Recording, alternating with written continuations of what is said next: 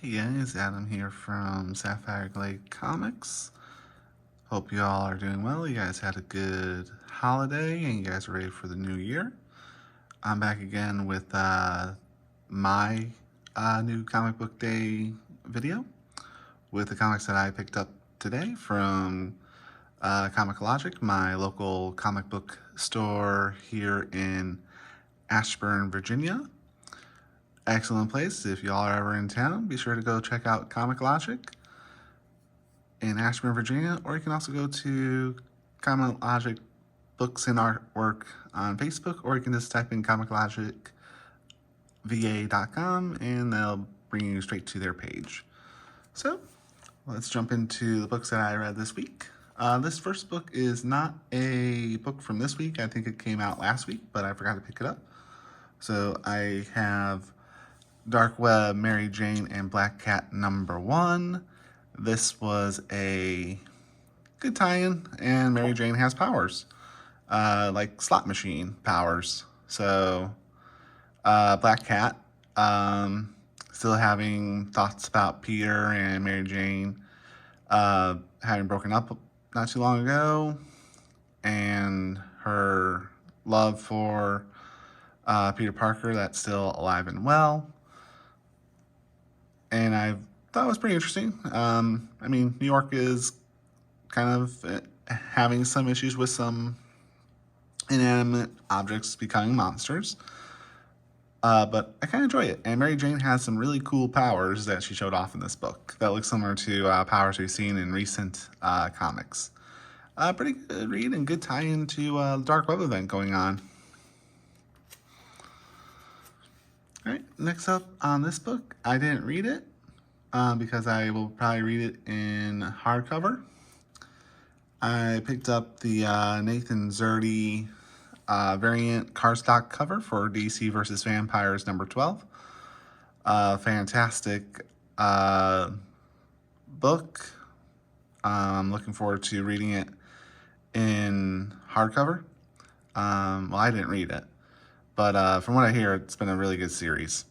And this cover is absolutely fire. This is definitely going to be going to GGC at some point next year. All right, now we'll go into this week's comics. First up, we have The Amazing Spider-Man #16, Dark Web. This is the main story for Dark Web. We have Chasm and Spider-Man going toe-to-toe. And Peter Parker is trying to talk sense into Ben Reilly on why he's doing this. And there's a lot going on in this book, a lot of great action.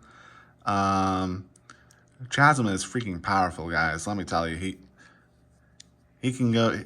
He's a clone of Peter Parker, so we knew he was powerful as Spider-Man, but as Chasm, he's even stronger. And apparently, his spider sense, he can form weapons with his hand. So, really cool. Really looking forward to where this story goes in Amazing Spider-Man. So, awesome read if you're an Amazing Spider-Man fan. Hopefully, you've been reading this. Highly, highly recommend it. Continuing the Dark Web tie-ins, we have Dark Web X-Men #2. This is just a continuation from Dark Web X-Men #1 with Cyclops and Havoc having been teleported down to Limbo and pretty much put in chains or paralyzed with magic. Pretty interesting, and we had Ileana and Jean Grey as well that were kind of in a dreamscape of their younger lives. They didn't recognize each other, and it was apparently before their mutant abilities became apparent. And basically what this book is about is Jean Grey is trying to unlock some secrets using a Krakoan Cereboros sphere. Professor Xavier wears that spear in a lot of the X-Men stories. I haven't really read X-Men, but really good here. I really enjoyed this story. Thought it was pretty interesting, and I like the direction it's going. Great mystery. All right. On to our DC Comics. I have Punchline, the Gotham game #3. Basically, Punchline is licking her wounds from losing Ace Chemicals when she went toe-to-toe with Catwoman in issue #50, which, by the way, I was a little worried about Tini Howard's Catwoman, but it came through in the end, and it's a pretty good story. But this story is a direct follow-up from Catwoman 50. You would not understand anything in this issue if you did not read Catwoman 50. We see Punchline trying to make ends meet. Well, after the Ace Chemicals plant exploded and her drug cooking operation distribution thing went up in flames. We get some investigation from the federal people, and this shows that Punchline is definitely no Harley Quinn. She is pure chaotic evil, but really good story. I'm really enjoying it. So Punchline, the Gotham game #3. Next up, and I will be honest with you, I have never read a Superman comic anything, except maybe Batman and Superman back in the day. But this is Superman Action Comics 1050, which is kind of like a prelude into what DC is doing in 2023, which is just a short few days away from now. With the dawn of the new DC comic universe, a couple of titles are being rebooted. And it's was pretty good. Basically, it's just like a direct follow-up from everything that's been going on in Action Comics between War World, Dark Crisis, and you got Lex Luthor in here, so you know how that goes. Lex Luthor loves to cause problems, and we have a Lex Luthor Superman fight. Pretty interesting. And there were a couple twists and turns at the end that kind of point in, hey, this is what's coming. Look forward to it. So I don't want to spoil it, but I do recommend, if you are a Superman fan, pick up Action Comics 1050. And if you are in Ashburn, Virginia, I don't know how many viewers actually live out here, Comic Logic is having a Phillip Kennedy Johnson signing in January. I forgot the exact date, but if you want, I will have that information down below in the description. So, great issue. Next up, we have the conclusion of The Nice House on the Lake with Book 12. Unfortunately, lackluster ending, almost predictable. Yeah, it looks like they're going to continue on with another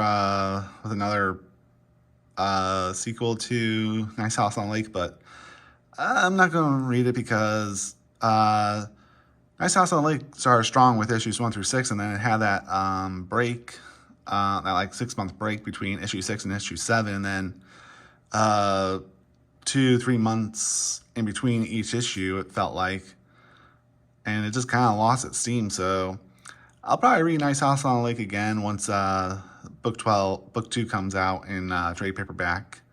That'll collect issues 7 through 12. But unfortunately, it was a predictable ending. Not Tinian's best work, but they can't all be winners.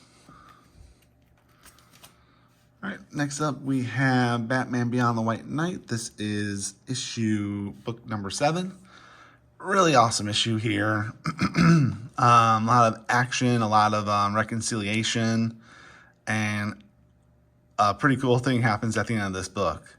But you have Powers, who takes control of Terry McGinnis's Batsuit and sends McGinnis after Batman, after Bruce Wayne, to put an end to him. Great story, and the ending was pretty awesome. It was almost pick of the week, but we're coming up on my pick of the week, or Sapphire of the week, but I think I'll just keep it pick of the week. And my pick of the week is going to be Book of Slaughter, a $10 multi-pager issue. So this became pick of the week because it was super informative and it really shed a lot of light on some of the questions I've had throughout all of Something is Killing the Children, what it all means, what it all does, all that. Goes over our new character, well, not new, she's been around, and she's having some difficulties figuring out whether she sits better being a white mask or a black mask. And what's really awesome in here is we get pages from the Book of Slaughter that are super informative. It goes over the sacraments, how the child is chosen, the totems, the history of the order, who runs the order, the chain of command in the order, and has a map of all the houses. So it looks like we have a lot to explore in the Something is Killing the Children universe, and I'm here for it for the long haul. So this book, it became pick of the week because it was super informative. It showed one of the characters that's been recurring throughout the series on fighting whether she wants to be with this group or with that group, and it was just awesome. So that's why it's pick of the week. And what really helped it was those actual pages from the Book of Slaughter in the middle of the book that made this pick of the week. Downside is it's a $10 book, but a good solid $10 worth of content in here. So that is everything for my new comic book day reviews from the comics that I bought this week. I hope you guys enjoyed it. Let me know down in the comments below, what did you read this week? And what are you looking forward to comic book wise next year? I'd like to know. And of course, as always, if you like this content, feel free to subscribe to my channel for more content. And if you want to be first to my videos, you can always hit that notification bell in the upper right hand corner and hit the like button if you like this video. It does help with the algorithm and discoverability. And I'm looking forward to a good solid 2023 for sapphiregladecomics. So again, thank you guys for watching, and happy holidays and happy new year. Have a good week, guys. Bye-bye.